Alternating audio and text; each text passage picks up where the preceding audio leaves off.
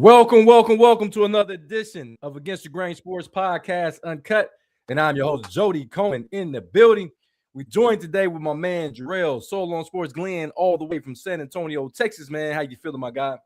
What's good, man? How you doing up there, brother?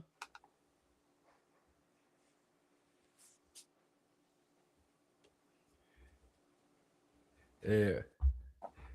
We may be having a slight delay, but we'll get that together, man. How you feeling down there, man? Hope you're having a great and fabulous weeks thus far, man. How you feeling? I'm good, man. Just been busy from work, and you know how it is, man. They try to work the fool out of brother, but you know it is what it is. It comes with the territory. But it's Jackie Robinson Day, baby. So we need to celebrate that today for sure. Hey, absolutely, man. Hey, I've been the reason why we didn't have some shows. I wanted to go ahead and be transparent on why we hadn't done any shows this week.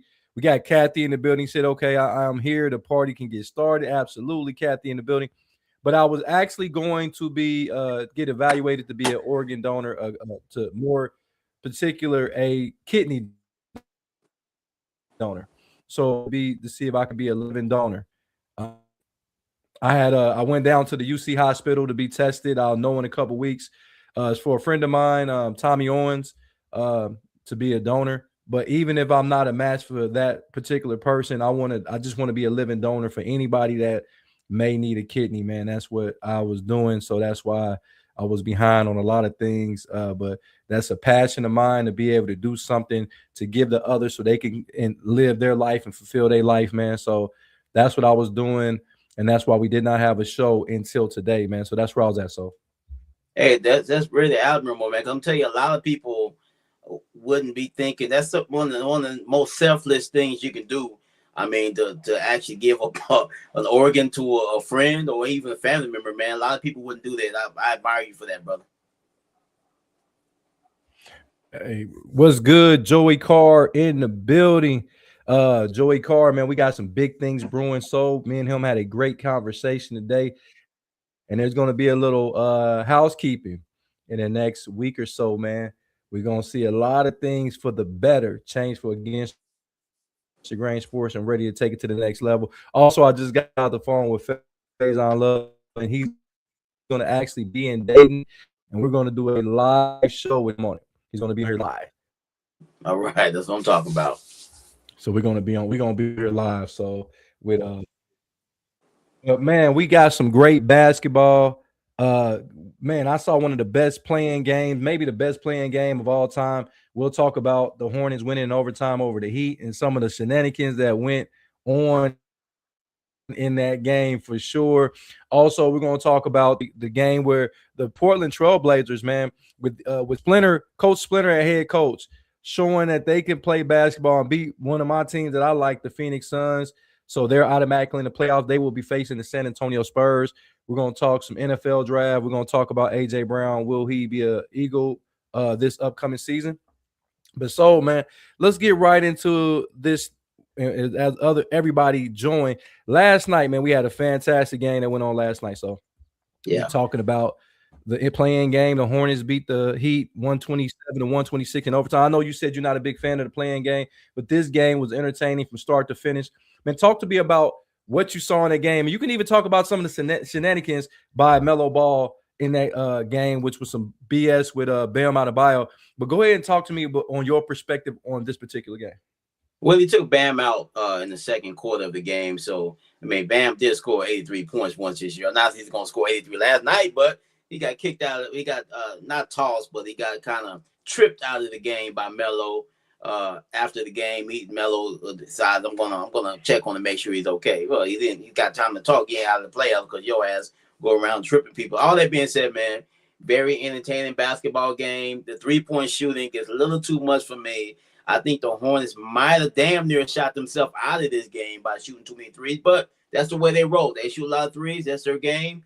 It worked out for them at the very end. I didn't think they were going to be able to win this game because, especially when Miami got those free throws towards the end, I said, okay, they got locked up now. But to the Hornets' credit, they didn't quit, and they moving on to the to get eliminated in the first round of the playoffs because that's what's going to happen in the next round. Hornets they got a nice roster. I like their young roster. I just don't. They still got to win one more game. Oh, you know what? You're right. They do. I forgot. I'm thinking about the 7-8, but other they still got to win one more game. Yeah. So that game is. We'll talk about that one going on today between the 76ers and the Orlando Magic. That's a game. But what I saw last night was a lot of grit, a lot of determination. I think that.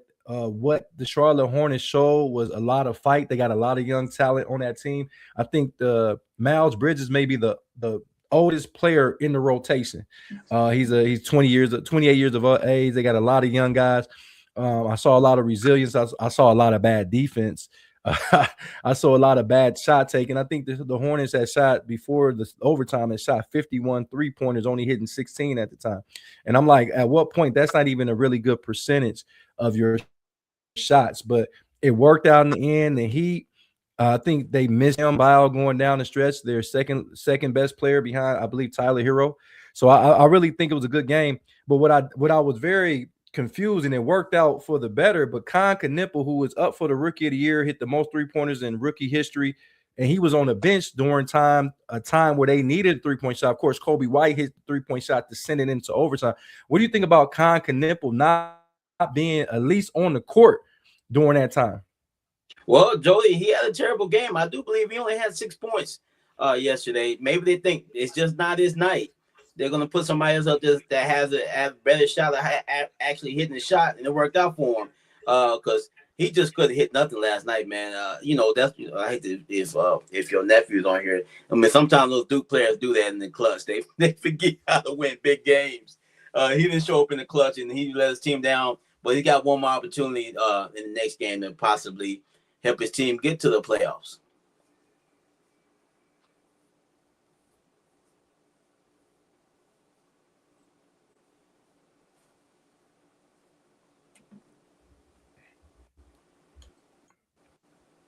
But you know what the headline would have been if they lose this game, even if Con Knipple was having a bad game. That's a situation where you keep him on the court at least as a decoy to at least they know he can shoot the three. Like, see, he had more 3-pointers his rookie year than any year that Ray Allen played. So let's put that in perspective. He hit more 3-pointers than the great Ray Allen did any stretch of his career. Of course, they shooting a ton more 3-pointers than they did back then. But that's a situation right there where it worked out for him. But if it didn't, the headline would have been Con Knipple should at least been on the court. Even if you have the bad game, you can't. It worked out. But that was a gamble that he won with. But let's go back with the Bam Adebayo situation where LaMelo Ball, it clearly he tripped him and it looked like he injured him.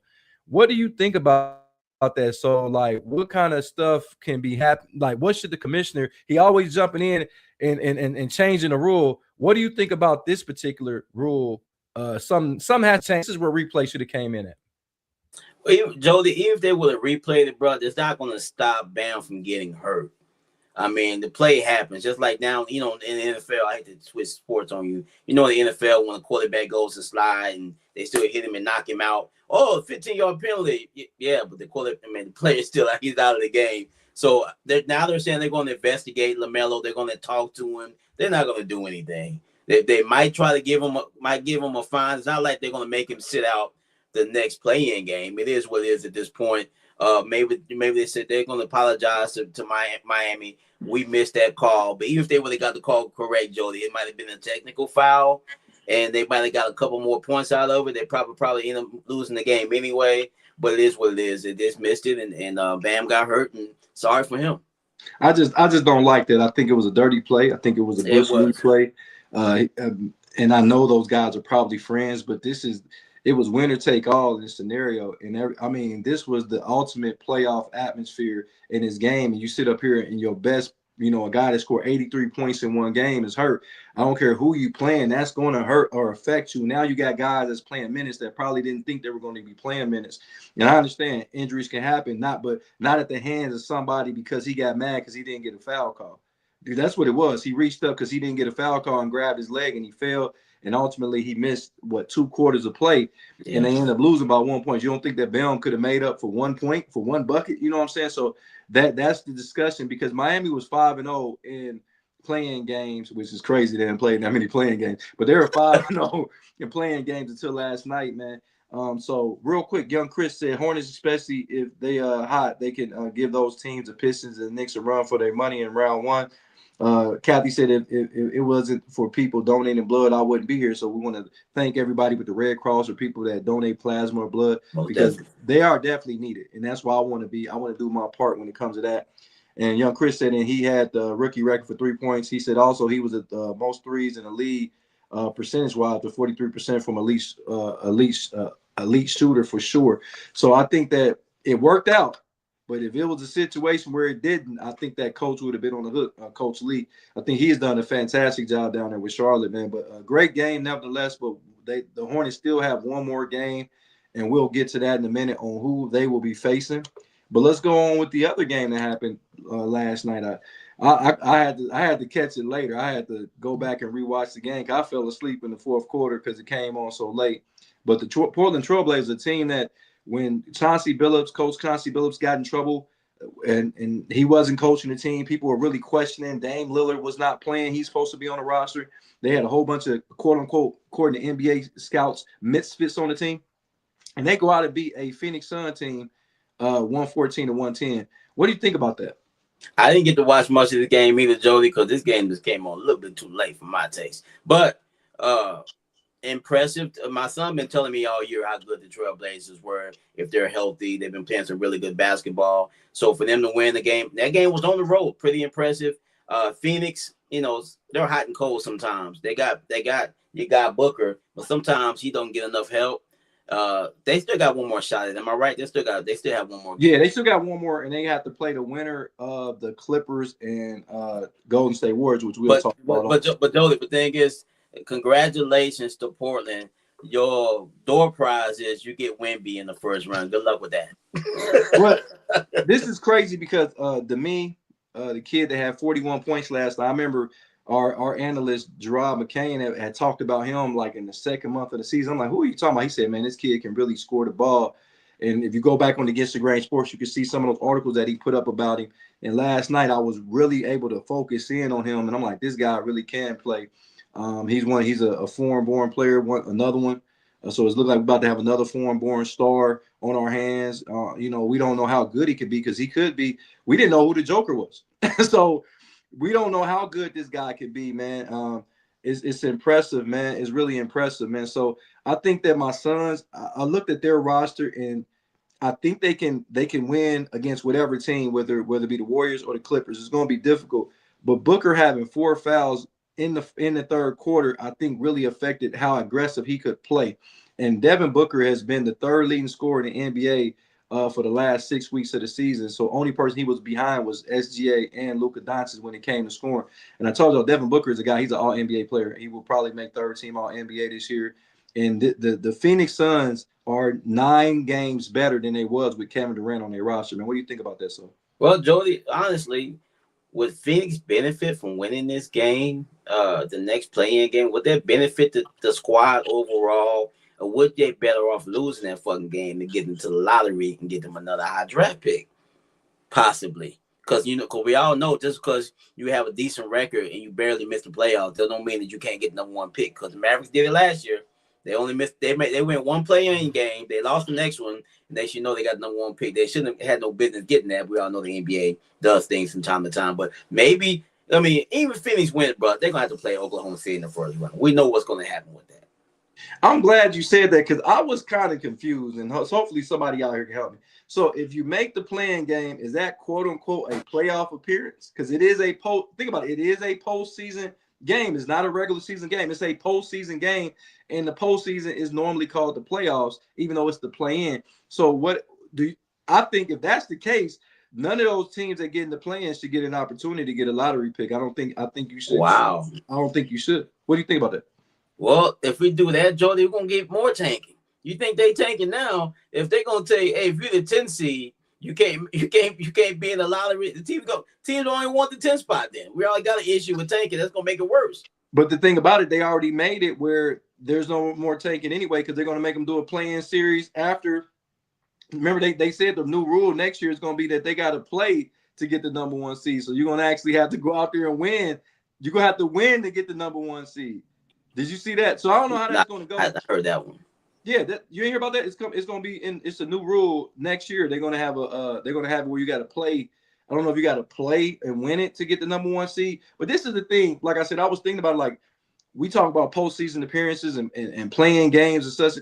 I think that adding teams make the regular season less important. You know what I'm saying? I think that you keep it at 8, or at the very least, if we're going to do playing, I don't think the 7 seeds should have to play a game. I think the first 7 seeds should get in, and it should be 3 teams playing for one. So I think the 8th game is a rest game, and I think that 9 and 10 team plays. Whoever wins goes on to play the 8th seed, and then we go on from there. But to have the 7th seed has never been compromised in any NBA season. It's normally the 8th seed. And I think that's wrong. I think that it shouldn't be 7 and 8. I think it should just be the 8th seed that has to play for his life. And then it also too, so it should come in to what your record is. I think if your record is so much better, because we didn't see many seasons where the 8th seed and the 10th seed got 31 wins and 51 losses. Come on, man. Yeah. Now this year they got lucky because every team in the Eastern Conference had a winning record. And I believe every team in the Western Conference, I think except for Golden State, had a winning record, if I'm not mistaken. Hey, Jody, tonight Golden State plays Clippers. They play the Clippers. Okay. They already said that the Warriors some of their best players are going to be on minutes restrictions tonight in the play-in game. So are they trying to win this damn game, or do they really don't give a shit? To be honest, I don't know why they would try to win this game, because once again, like in using your philosophy, they can use some good players, and I believe that anybody you get in the lottery is going to be good this year. That's how good this draft is. I believe the draft is going to have a ton of players from 1 to 23. You're going to have a player that can help your roster. So a Golden State not making it, and then potentially they remember a couple years ago when they got James Wiseman, they was the 2nd pick of the draft. Yeah. So they wanted one more hoorah for Steph Curry and Draymond Green, and Jimmy Butler's supposed to be coming back, and maybe they go back and get Klay Thompson and get the band all back together. And then they go get them a young stud. And let's say they get lucky and get a top 3 or 4 pick. Then you can go get AJ DeBanza.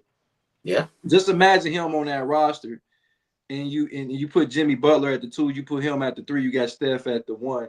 You put Draymond Green in there, and then some of the young talent that they have been developing, Golden State could be a problem. But do you trust Steve Kerr to play young players? Because we all know how he disrespects the young players in today's game. You don't like him, man.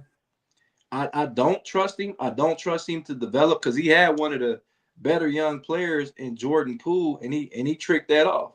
He tricked that off because just imagine what they could have done if you still had Jordan Poole on that roster and he knew the offense. I think that he was good coming off the bench. So those games where Steph was out for like 29 games, he could have came in and did his thing. Now, I don't know what was going on behind closed door for him to get sucker punched like he did, but maybe you traded the wrong guy. Yeah, I think they did. They traded the wrong guy. I think if they would have got rid of Draymond instead of Jordan Poole, possibly, you never know what they could have. They might have been able to run it back, get some more players in there, and possibly make another run. But they also made the wrong draft pick. Can we talk about the Golden State Warriors not selecting right? Because they went and got James Wiseman when they could have got LaMelo Ball. Just imagine what they would be with a LaMelo Ball. You could have ran LaMelo Ball, and you could move him to the point, and then you can move Steph Curry to his natural position, the 2 guard anyway. You know what I'm saying? That's what position he really plays, even though I think he's a point guard on paper. But if you would have put him in that lineup, because you got nothing out of James Wiseman. James Wiseman has, for all intents and purposes, has been a bust. I don't even know if he's on a roster right now, and that was only like 5 or 6 years ago.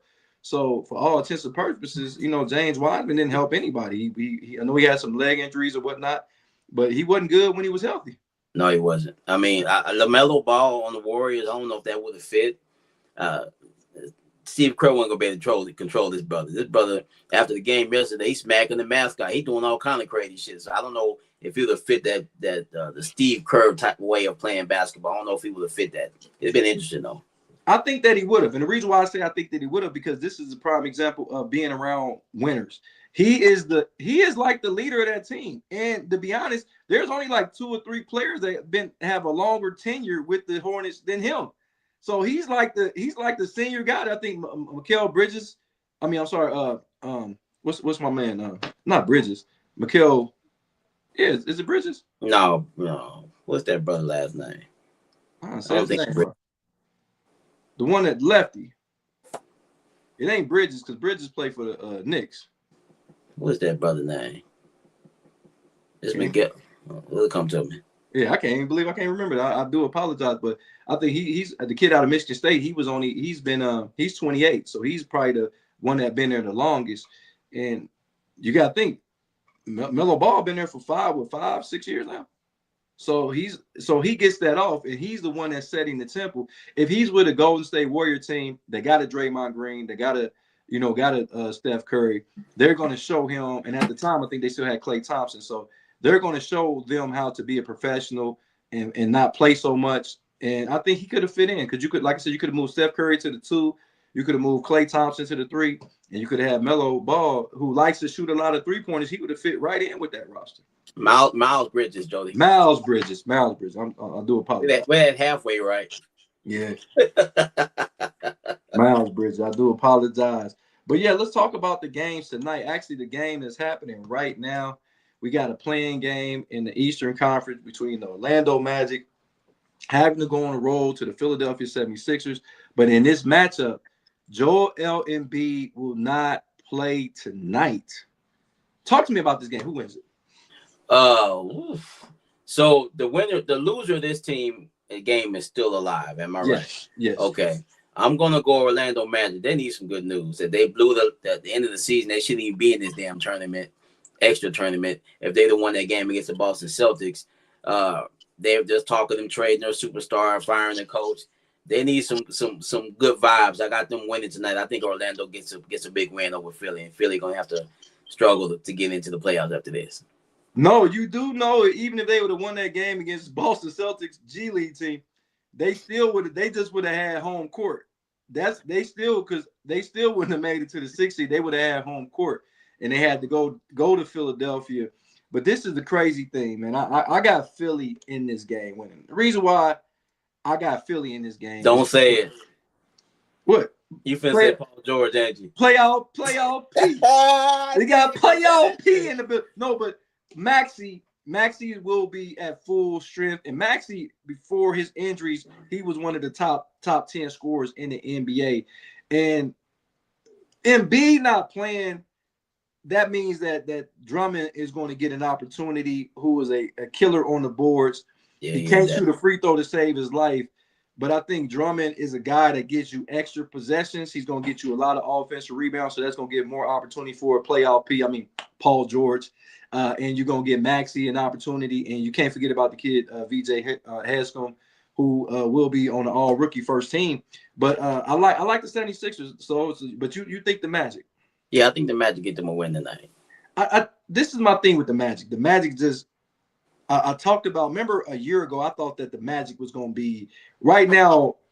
Detroit is what I thought the Magic would be right now. Yeah. With Banchero on his roster, I thought he was going to have a push for first team on NBA.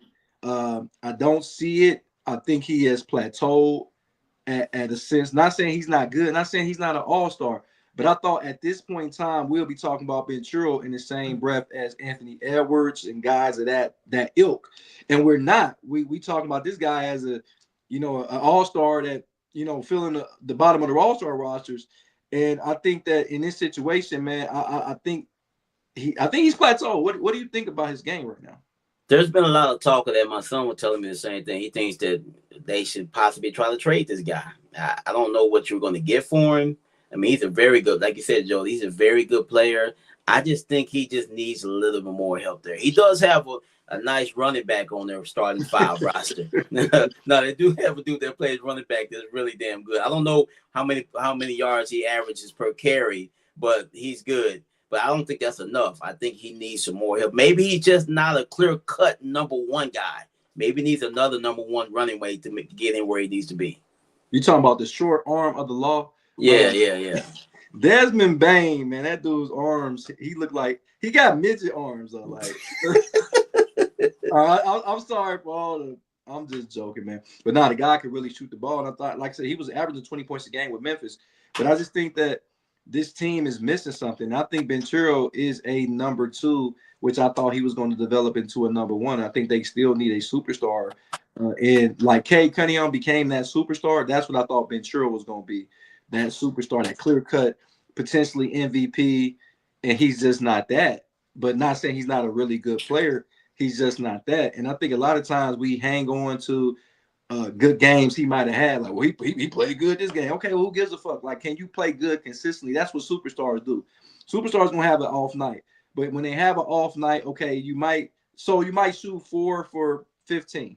But you turn around, you look up, he got 12 rebounds, he got 9 assists. I don't see that out of him. I don't see him as a guy that actually gets everybody else involved. And that's where Orlando just got a whole bunch of players. Yeah. And that's why I think they not only do they lose tonight, but they also lose to the Hornets. That's possible, man. I don't know. What bothered me the other day when they played the Celtics, I think he had an opportunity. Like you said, they were playing their G League roster. They had an opportunity just to ball out, but he didn't do that. He didn't dominate the game like he should have. You're out there playing some guys that are really not really starters. They're backup players and players that they got moved up for the G League, and you couldn't even dominate that game when we all know he has the talent. But hold on. The talent is there, bro. Do we know he got the talent, or are we just saying it because he was number 1 pick? Like I did. Hey, did I just say another Duke player kind of disappears in big moments? Where's Donald at? Another Duke player disappears. Hey, Donald gonna pop up. He gonna pop up like Jack in the Box in a minute. You can't talk about his Duke play. That's like if you say something about the Knicks, Jay Kane pop up. If you say that Jason Tatum is better than Jaylen Brown, Mike will pop up. Oh, my goodness. But man, I think that the 76ers pose the biggest threat for the Boston Celtics if they get that 2nd seed. Now, this is the question that I got to think about when I found out Embiid. At what point in time do you say, you know what, let's pull the plug on Embiid? What's going on? When we just say, Embiid, this ain't working in Philly. He ain't gonna never bring a championship to Philly, bro. Well, my thing is, Jordy, they should have thought about that before they gave him that max contract. I think he just got a big deal after being injured. So they're kind of stuck with him because what NBA team, I guess there are a lot of stupid owners out there. I don't know what sensible NBA team would take his contract back. I wouldn't do it. So I think they're kind of stuck with him. I think a couple years ago, they tried to get this man to retire. But he said, I'm not retiring. That would give me all of my money. I'm rehabbing. So I don't know. I think at this point, I think they've made some bad decisions. I think they paid Paul George too much money, and I also think they paid Embiid too much money. I think they're stuck with these 2 guys. My thing is, money set aside. Let's set the money aside. I mean, I ain't counting nobody pocket. Hey, young brother, get paid. But this is a guy that's supposed to have brought a championship to Philly. This guy was supposed to be the reincarnation of Wilt Chamberlain. He's supposed to, and I'm saying in Philly. I ain't saying the game. And I'm looking like he hasn't done anything. I don't believe he's been out of the 2nd round. I think he got out of the 2nd round 1 time. No, he's never been out of the 2nd round. No, he never got out of the 2nd round because, matter of fact, remember Kawhi Leonard hit the shot. Yep. And eliminate him. So this guy's never been out of the 2nd round. But somebody got the audacity out here to say that he's better than Patrick Ewing or he's one of the best centers that ever played. Stat-wise, yes. But I look at stats more in football than I do in basketball. in basketball, you can have a lot of points, but if it doesn't equal the wins, that's because you could have been playing a lot of garbage minutes. You could have been getting beat by 30. You know what I'm saying? And you go and you score 40, but your team lost by 15. Remember when Devin Booker scored 70 against the Celtics? They lost that game. Yeah. And they was holding the thing up like but you lost that game.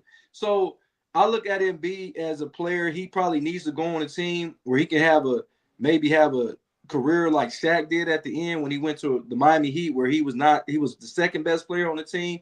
But at this point, man, he's not even playing in the playing game, bro. Like, what are you worth? You're not even prepared when we need you the most.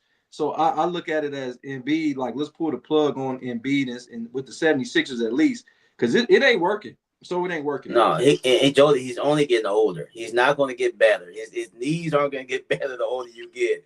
So, talent-wise, he has all the talent in the world. This kid is honestly, Jody, I'm going to keep it real with you. When the dude's healthy, he's similar to Elijah Wan with a three-point shot. I'm not lying, bro. This kid is legit, but he just cannot stay healthy. Everyone's keep waiting for him to stay healthy. He just can't do it. And my thing is, I wonder if I bet he like really 40-something years old. I want to see his birth certificate. I bet he old. Are you saying Africans lie about their age? Is that what you're telling me? Yeah. Cause I think Mutombo was like in his 40s, bro. When he like, I ain't even joking, man, because they don't have to really show any of their birth certificates. And you know, NBA to get these guys over here, high school and college, they'll lie. This kid be 27 years old and he playing against high school kids. Come on, bro. Man. I do believe I agree with you on that. Look at some of the Latin baseball players. You can't tell me Albert Pujols wasn't older than what he was. I know that. I know he's 60. But that's crazy work. Kathy made another good point. She said Michael Jordan lost to Larry Bird while scoring 63 points and getting swept. So none of that matters. No. All that points, and that's why. I remember somebody said this, and we're gonna move on to the next game. Somebody said this, and I remember reading this on Facebook. And I want to say it's my man Anthony Parker, and he be on here. He's a Gator fan. Remember when I told you like the Jacksonville Jaguars, the Minnesota Timberwolves? But anyway, he get on here and says, he said Michael Jordan. No, he said Tracy McGrady is Michael Jordan without the championships. Well, wait a minute. So he's saying that Michael Jordan would have only gotten to the second. He basically saying they both scored a lot of points. It's just Michael Jordan was able to get to the championship and win championships, but him and Tracy McGrady scored about the same. What do you think about that? Well, Tracy McGrady was a dynamic offensive player, but he was never the defensive player Michael Jordan was. People don't ever talk about Jordan's defense. He was a great defender as well. I just can't go with a superstar that can't get out. They can't win a playoff round. I don't think he ever won a playoff round, did he? No, he never won a playoff round, and the only one he did, he was playing the second or third fiddle off the bench. Matter of fact, he didn't even get in the game. It was when he played for the San Antonio Spurs. No, they just picked him up because remember they had cut Steven Jackson because Steven Jackson was crying about minutes, so the Spurs ended up cutting him. They just picked up T-Mac to fill the roster. That's the year they went to the finals. I think his bad luck they lost in the finals. They lost to Miami that year. That's the one when Ray Allen hit that shot. Yeah. Yep, and trust me, I still remember that shit. So do I. Good day. That shit pissed me off. They had rolled it out. They had rolled the championship thing out. And then we lose that game. And that was game 6. Yep. We still had another chance of winning game 7. But the nightcap in the game, the game of the night is the playing game between the Golden State Warriors and the Los Angeles Clippers. Oof. You know, one of these superstars is not going to be participating in the playoffs. Steph Curry, Kawhi Leonard. Who wins this game? I'm going to go Clippers. It seems like it sounds crazy. They are the healthier team. Kawhi Leonard's been playing some good ball. Steph Curry is still Steph Curry, but when I heard that he's going to be on the minute restriction, which is odd for somewhat of a playoff game, I don't think the Warriors, I'm not saying they're trying to lose, but I just don't think they're going to put their all into winning this basketball game. So I'm going to go with the Clippers to beat the Warriors tonight. Yeah, and plus it's in LA. I got the Clippers winning this game because as crazy as it sounds, that Kawhi Leonard is one of the healthiest players on the court. And we know when he's healthy, he's probably top 3 in the NBA when he's healthy for sure. Oh, yeah. I remember when he won the championship in Toronto, I was telling everybody he was the best player in basketball. There was nobody in my mind better than him when he won that championship in Toronto. Think what he had in Toronto. His second best player on that team was Kyle Lowry. Yeah. That's what what we don't talk about.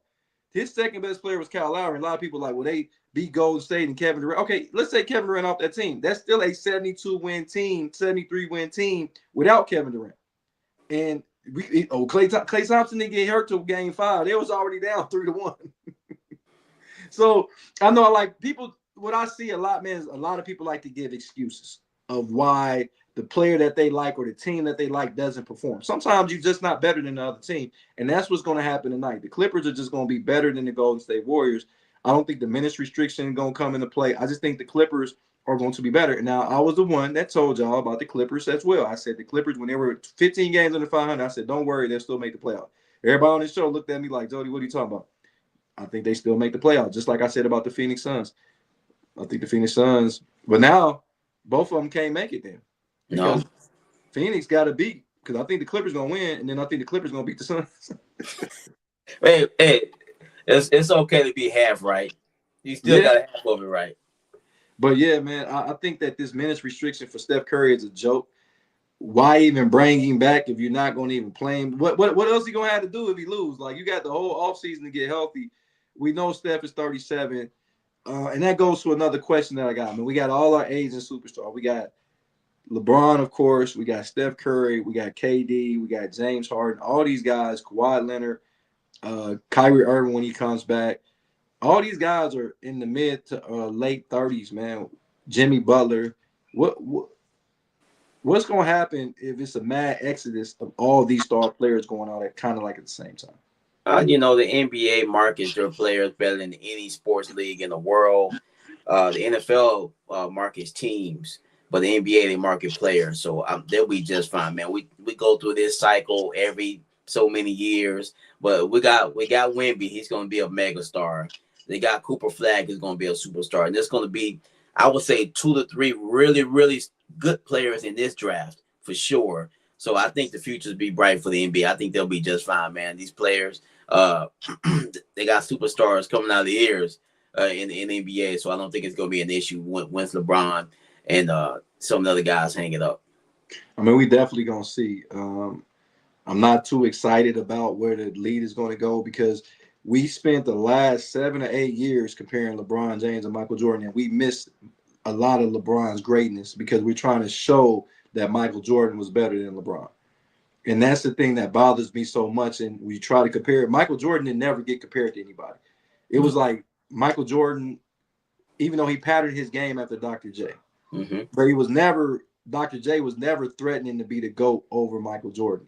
But LeBron James have been dealing with that stigma for even because it's him. Maybe he the one that brought it up. But the fact that we missed a lot of LeBron's greatness because we were trying to pinpoint or we trying to say that he wasn't that great of a player or he couldn't shoot free throw or he ain't got a bag or whatever it is.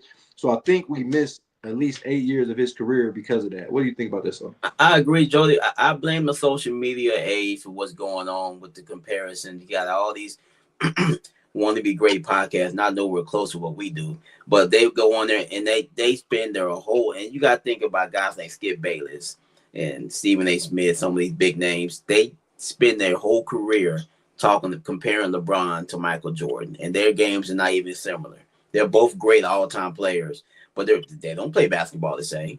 LeBron plays more like Magic Johnson than he does fucking Michael Jordan. Their games are just not that similar. So, and they played in different eras. So, to compare these guys, I always thought it was really stupid. They're all-time greats, and like you said, Jordan had to go through this. Back in the day when they showed Jordan highlights, that's all they showed. They're going to show Jordan. They're going to show his stats. They're going to interview him. That's going to be it. You can't go on Instagram and hear random people talk about this player is better than that player and this and that, vice versa, unless you listen to a little sports radio. But then you have to turn your AM radio back in the day like it is now. You can just press a button, all of a sudden you hear everyone's opinion on different things. So I think social media is the reason why we're in the situation we're in right now. But remember, I told you, that's why I never really get into that comparison. I might say if this person is better as far as ranking, but to try to dissect someone's game, because every time you pick up somebody, you're putting down the other person. And I think as much as we love Michael Jordan had flaws, just like LeBron James had flaws, just like Kobe Bryant had flaws, and whoever you want to name, all have flaws, or weaknesses to that game, but they all were great. We would say Michael Jordan probably had the least amount of weaknesses in his game. And my thing is to try to compare him to LeBron is just it's really asinine. But the crazy thing is people made a great living by making that comparison. I just won't be I feel like that's a beating a dead horse, and that gets. I think a lot of journalists when they get writer's block, they say, "Oh, let's talk about LeBron and Jordan." I mean, how many people gonna get their opinion? Shaq then said this, and we got Shannon Sharp that said this. Allen Iverson that said this. So many people then gave their opinion on who was better, and we're still talking about it because when a person's mind is set, they're not gonna change it. So that's true, Jody. You made a great point saying that we missed out on a lot of greatness of LeBron. I'm not the biggest LeBron fan, but I do not disrespect this man's game and what he's done for this league. And I hear a lot of people say, "Oh, LeBron says LeBron." They don't like him, but I mean, I'm not the biggest LeBron fan, but I'm not gonna say the dude can't hoop because he's one of the best players that ever played. But nowadays we criticize every single thing this guy does. Like you said, we forget about the greatness, what he really done over his 20+ year career.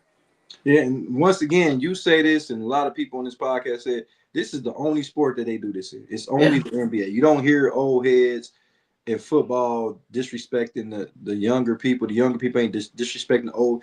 You see a lot of respect. Even baseball. Baseball is a big one where they always respect their elders. You know, they couldn't do it without this person. They couldn't do it without Pete Rose. They couldn't do it without Barry Bonds. And you don't hear that. And the older players always come to big up the younger players to keep the momentum going. But NBA is just they can't let nothing go. It seems like the NBA players can't let nothing go. Can't nobody be better. Nobody wasn't better than the Fab Five. Nobody wasn't better. Man, shut the fuck up. Now Allen Iverson is on this bandwagon. I heard him. I don't want to misquote him, but he made some statements talking shit about the current players on some podcast he was on. So I'm like, bro, when this is ever going to stop? I mean, let it go. It's going to stop when they get these goddamn dudes that's coming up and they don't have a lot of topics to talk about on their podcast. And you ask that question because you know it's going to generate that's the hot topic. It ain't going to be here. Matter of fact, let's stop talking about it now. And let's change gears to what's always going to be a hot topic. I don't care what season it is. It's always football season in some people's minds. And we're talking NFL draft. It is 8 days away, a week from tomorrow.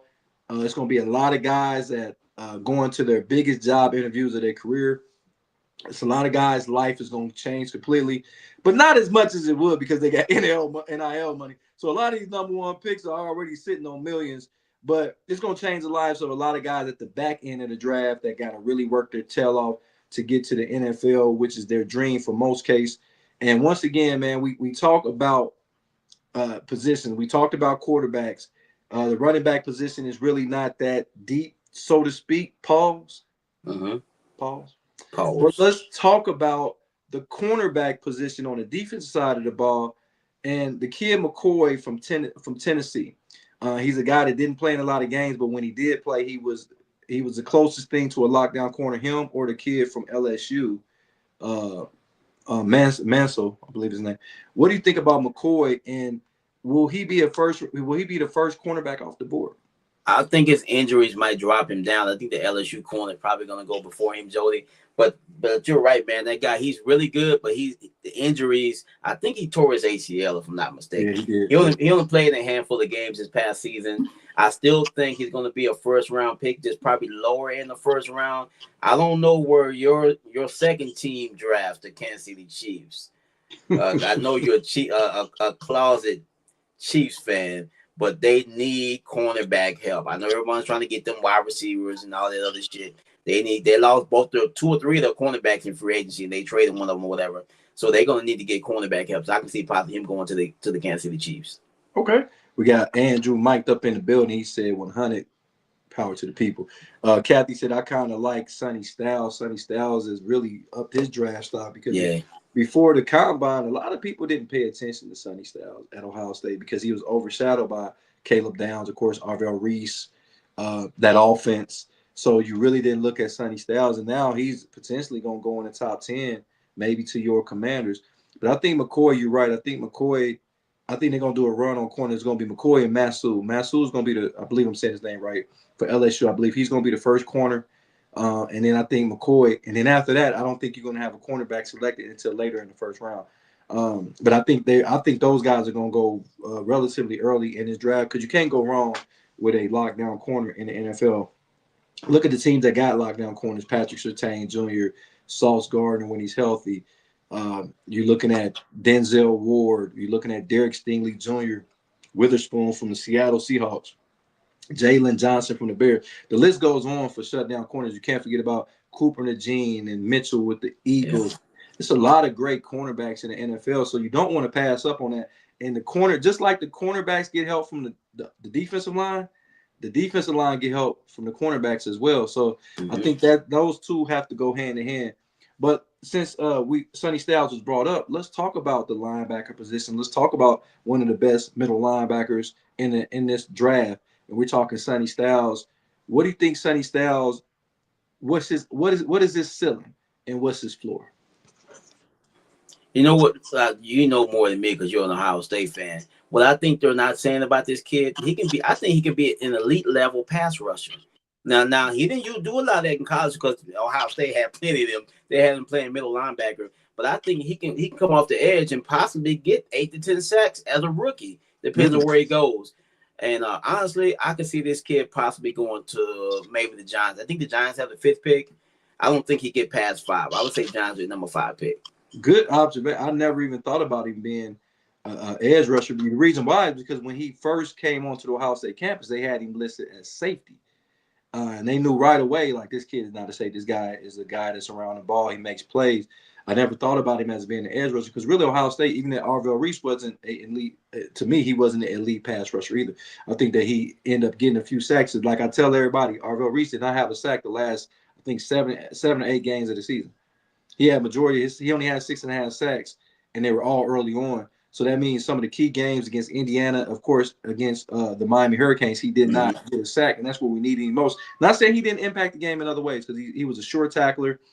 He got a lot of pressures, but sometimes you got to get that sack. It's not as important to get sacks in college as it is in the pros. I think if you get pressure and tackles for loss is very key. But I'm going to talk about, I like Sonny Styles, and just like young Chris said, he can play the Jamal Adams role. Kathy said, I think he's going to go top 10. I think he's going to be slightly out of the top 10. I think he's going to fall to the Dallas Cowboys at 12. I think he goes to the Dallas Cowboys, and I think his versatility gives him an opportunity, like you said, to play the outside and the inside. They can use him like a Micah Parsons because he has that type of athleticism.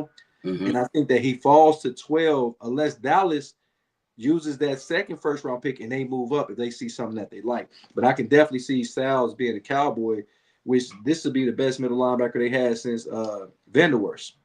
I think that was the best middle linebacker that he made a couple Pro Bowls at the middle linebacker position, and Dallas Cowboys can definitely use a short tackle at the middle linebacker because they don't know where Overshow, what his health is.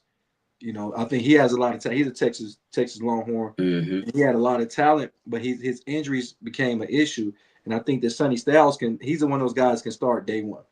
Yeah, when you're a struggling defense like the Dallas Cowboys, they need as much talent as they can on the defensive side of football. So what if you got one linebacker? Get another one. Like you said, you don't know who's going to stay healthy. If they're great players, put them out there at the same time. You'll figure it out.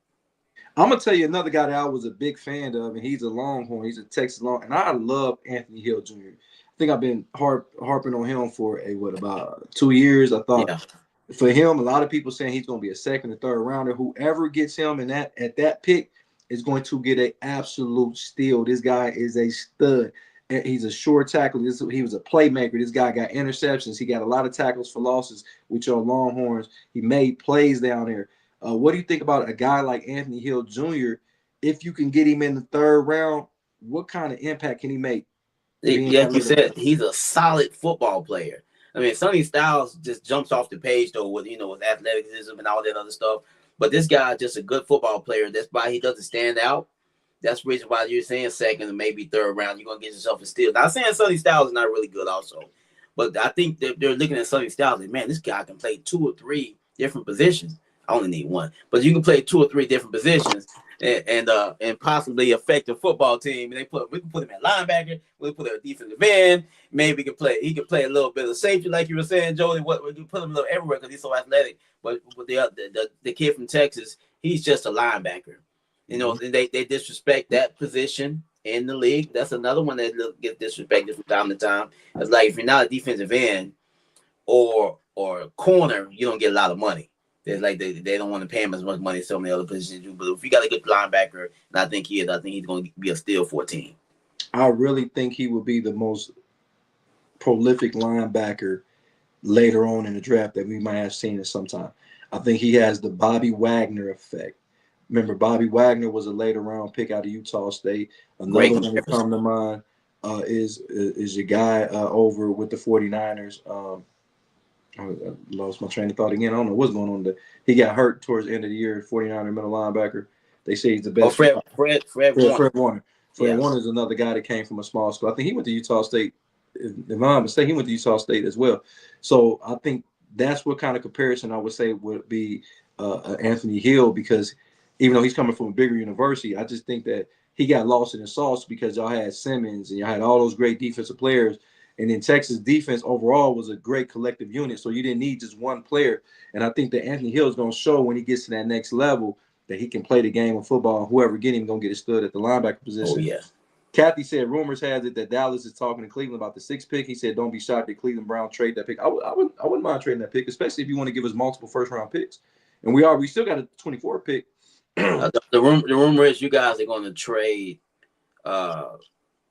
you're going to swap. I guess you're going to get Dallas' 12th pick. They're going to give you the 6th, and you're going to get the other first-round pick they have. I don't know if that's going to happen, but that's the rumor. I heard that also. I would definitely like that. 3 first-round picks in Cleveland is not that far off.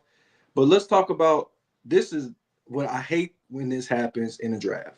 We're talking about Ruben Bain Jr. We know that all of a sudden, here comes every report. And unfortunately, a couple years ago, he had a driving accident, and in that accident, someone ended up later on losing their life. Don't get me to give you complete details, but a lot of NFL players, coaches and associations know about what he did, and I wonder if that's going to affect his draft stock. Do you think that that's going to make Ruben Bain fall lower in the first round or even to the second round because of that? Maybe not the second round, but Jody, they've been looking for a reason to drop this guy in the draft already. Now, mind you, it was a car accident. He was not intoxicated. It was just an accident. Accidents happen every day, B. You know what I'm saying? Shit happens. I'm not saying rest in peace for the young lady that passed away in the accident, but it wasn't like the situation where the Georgia player was. I think he was drinking and driving and all that other stuff. This guy was just got into a car accident. I'm not saying he wasn't driving reckless or anything of that nature. They're looking for a reason to drop Bain down. And I got a feeling his other side, the other defensive end of Miami might get drafted before him because of this.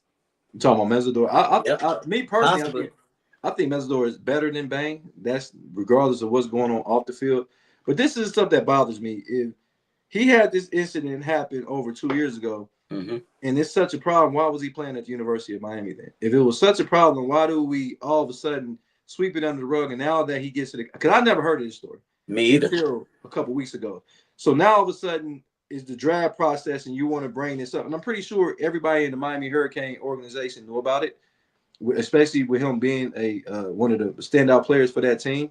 I'm pretty sure the NFL draft knew about it. I'm pretty sure everybody knew about it. It couldn't have been a secret. And now all of a sudden y'all want to mess with this guy's money because, the lower you go in the draft, the less money you make going into the – and my thing is, what does that have to do? And this could be a situation where he gets impacted. But remember what happened with Jalen Carter going to the Philadelphia Eagles, where we knew clear cut he was probably the best player in that draft, and he falls to the Philadelphia Eagles, and now he's a Super Bowl champ, and now he's one of the best D tackles in football. My thing is, what is it going to do if you're not going to draft him at all, or you draft him? But to sit up here and make this guy fall because of something happened off the field, I really don't understand that. So what do you think? Yeah, I agree with you 100%. But do we all know a squad that will draft him, and that would be the Philadelphia Eagles. They'll do their research on him, they'll figure out he's just fine, and they'll get themselves a steal later on in the first round. God damn it. Like we say always, Jolie, people overthink it. People might be thinking, man, we should just drafted this kid. He could have been on our roster. Now the Eagles got them another good defensive player. Because of something that happened 2 years ago. Yeah. And like I said, if it happened 2 years ago and it was such a problem, he should not play for the University of Miami. That's my thought process. There's the NFL. They just trying to find a way to cut people's money, bro. And I'm like, why? You want as many stars as you could possibly have, because so it's 53 man on the roster. They don't care about that. You know, like I just said, Joe, they want to market the team. They don't care about the player. No, that no one come to see you, Otis. It's about the team, not about one player in the NFL. Because they will get rid of your ass. They don't give a fuck how many sacks you had, how many touchdowns. If you ain't doing what they want you to do, they will get rid of your ass. That's very true. Let me ask you this, and this is the question before I get to my last question about the NFL. Dexter Lawrence have asked for a trade from the New York Giants. He has a New York Giant tattoo. He has a New York Giant tattoo on his body. But I'm not sure exactly what he want to be traded. And, in my opinion, I think Dexter Lawrence has become the premier defensive tackle in the NFL since Aaron Donald retired and Chris Jones have been on a decline, in my opinion. What are the chances that you see Dexter Lawrence get traded on draft night? Not gonna happen. He's using the Myles Garrett playbook. I'm gonna tell y'all I want to be traded, but I really just want to get paid. That's what he wants. He don't want to leave New York, bro. New York is not trade this guy. So I think what he's doing, he's using that playbook. He's gonna say, "Look here, man. I'm gonna say I want to be traded. I really don't. Just give me my fucking money, and everything's cool." I think that's what's gonna happen with this. I think he's gonna get a massive contract extension. He's gonna be a Giant probably, and he won't have to get any more tattoos for life. But the rumor has been very strongly that the Cincinnati Bengals have been inquiring about potentially getting the services of Dexter Lawrence or putting the package together in trades to try to use their draft picks to try to bring Dexter Lawrence to the Cincinnati Bengals. Now, I do not want him to be a goddamn Bengal. I'm going to tell you that shit right now. But you got to get something on that Bengal roster with losing Trey Hendrickson to your arch rival in your own division. You don't sign him, and now you got to deal with him. And if I'm Joe Burrow, I think I'm going to get Affleck because this dude got to go against T.J. Watt, Myles Garrett, and now you got to go into your teammate in Hendrickson. And I'm like, you couldn't keep him healthy then. What makes you think y'all can keep him healthy now?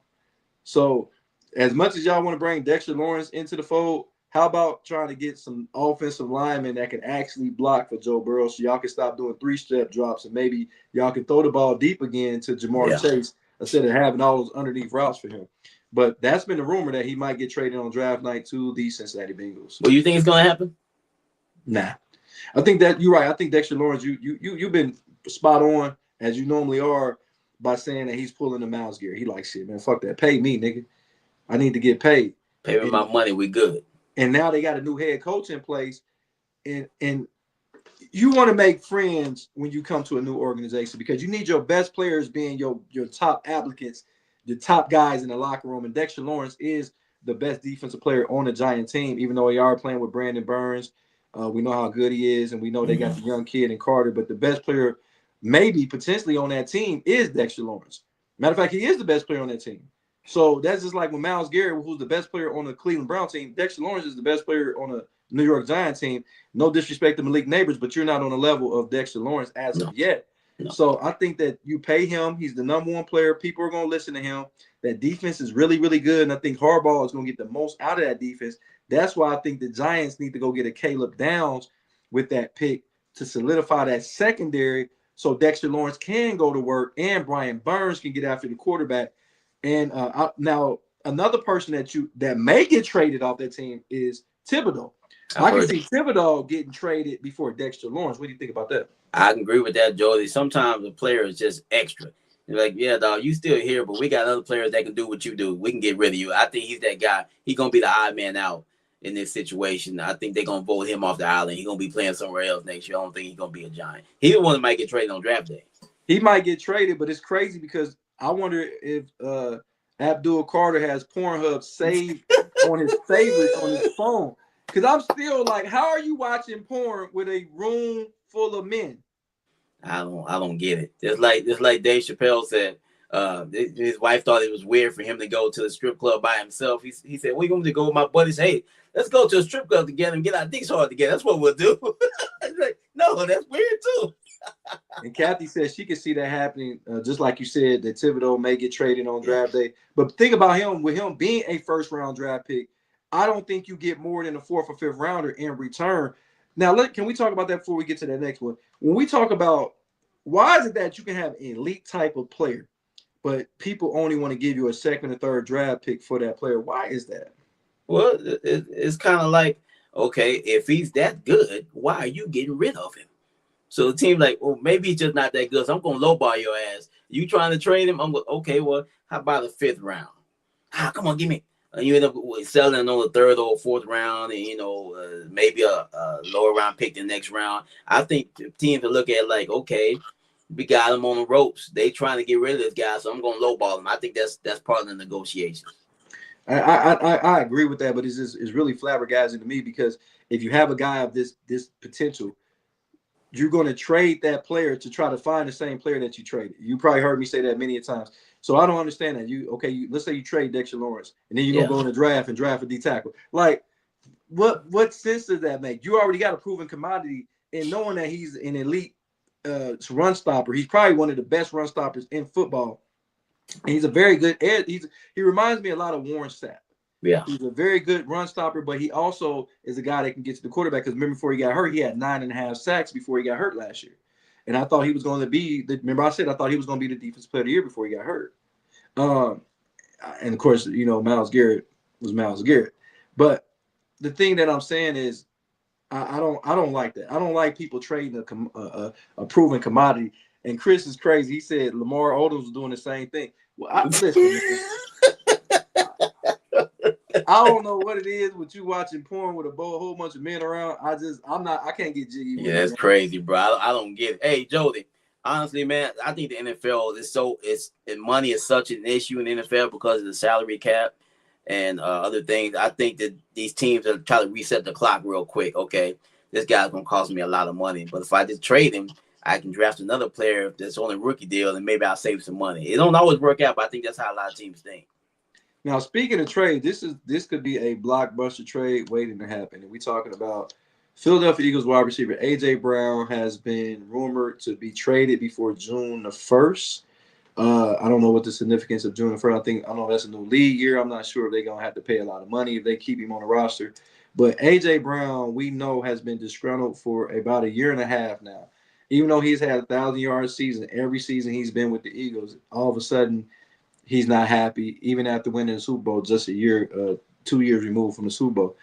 What are the possibilities of A.J. Brown really getting traded away from the Philadelphia Eagles? I saw him broke it down the other day, Jody. Apparently, if they trade this guy before June 1st, the cap hit is going to be $40 million. But if they trade him after June 1st, it drops down to $16 million. And the Eagles, they're pretty smart when they bought this money thing. So that's why everyone's saying he's going to get traded after the draft. So it's already been talks of him going to the New England Patriots. They need wide receiver help there. The head coach is the Patriots have already made comments about A.J. Brown, how good he is. They played for him when they were with the Titans. So the coach from the New England Patriots, when he's not smashing other people's wives, he's talking about A.J. Brown. So A.J. Brown is on his radar. So hopefully he can focus on his job and stop cheating on his wife and all the other things that's going on with my man up there in New England. But yeah, I can see A.J. Brown going to New England. That's where I think he's going to go. I don't particularly think it's going to be a good mesh for A.J. Brown to play for anybody but the Eagles. We got to think A.J. Brown is going into his 6th or 7th season, and at this time we got to start understanding that. Not saying you losing step, but at the wide receiver position, changing to another quarterback again in your career, where you just had successful seasons, whether you like it or not. He's been a 1,000-yard receiver for, I believe, 4 years in a row since all 4 years he's been with the Eagles. I thought the ultimate thing was to win games. I mean, you just came off 2 years removed from the Super Bowl. There's not a lot of elite wide receivers that can say they got a Super Bowl under their belt. I mean, you got Tyreek Hill winning one. That's almost where the list. Mike Evans got one. Yeah. The list gets very, very short on elite receivers being the number one at the time. Now Jackson Smith and Jigma has a Super Bowl. So I give you throw Jackson Smith and Jigma on there. But the list is very short. If we look at the best wide receivers of all time, there's only Michael Irving and Jerry Rice, of course. But the great Tim Brown, the great Chris Carter, the great Randy Moss, the great Terrell Owens, the list go Megatron, Steve Largent. None of those guys have Super Bowl rings. And it's not a coincidence that some of these guys don't. Of course, Randy Moss was a catch away from winning his Super Bowl, but nevertheless, they don't have him. No. And when you look at AJ Brown, who does have one, and he's a top 5 talent. Is he a top 5 receiver? No, but he is a top 5 talent. So we know when he's on his game, is nobody that can guard this kid. And I know as a Washington Commander fan, when they put your boy on him 1-on-1, I don't know what the fuck y'all was thinking. That nigga got sauteed out there. I thought that nigga was a shish kebab out there on the grill. He was getting sauteed out that bitch. But nevertheless, I don't think AJ Brown needs to be traded. I think that AJ Brown needs to shut the fuck up. He needs to learn how to be a teammate. I think he needs to learn how to be a decoy, because when he's out there, the running game has more room, and that gives Devontae Smith more room on the other side. AJ Brown already been paid, so that can't be the reason. So I just think he needs to shut the fuck up and be more of a teammate. And I think Philadelphia could be back in the Super Bowl. What do you think? Diva wide receivers don't normally change the way they think, and he's one of those guys. He's not gonna be different. He's not gonna shut the fuck up. I remember all last season you were saying, AJ, y'all winning, just shut up and play ball. But he can't do it, bro. He can't help himself. And so I think they need to get rid of him. It's obvious he wants things to be his way. And football is the ultimate team sport. So having a guy on your roster that's one of the, he's probably, all the players in the locker room probably love him. All of a sudden now they hate the fucking quarterback. They probably love AJ Brown. He's probably the favorite player in that locker room. So if he's going against the quarterback and everyone else, you might want to get rid of that guy. You know why they hate Jalen Hurts is hated because he's pretty. He a pretty motherfucking. Most ugly niggas hate pretty boys. You think that's why they hate him, Joey? I definitely think that the dude don't even fucking talk. How the fuck you gonna hate somebody who don't even talk? And they hate him because they can't bring none of their girls or wives around him. That's why they hate him. Oh, Boris Cujo, if somebody was gonna play Jalen Hurts in the movie, it'd be Boris Cujo. Yeah, but no, Boris Cujo might be more accurate than Jalen Hurts was last year. I'm sorry, I didn't mean that. Did I say that out loud? But they won games. And Jason also said Marvin Harrison Sr. has a Super Bowl as well as Michael Irvin has a Super Bowl. He sure does. Antonio Brown got one too, but the list is very short. It's more wide receivers that don't have Super Bowls that do.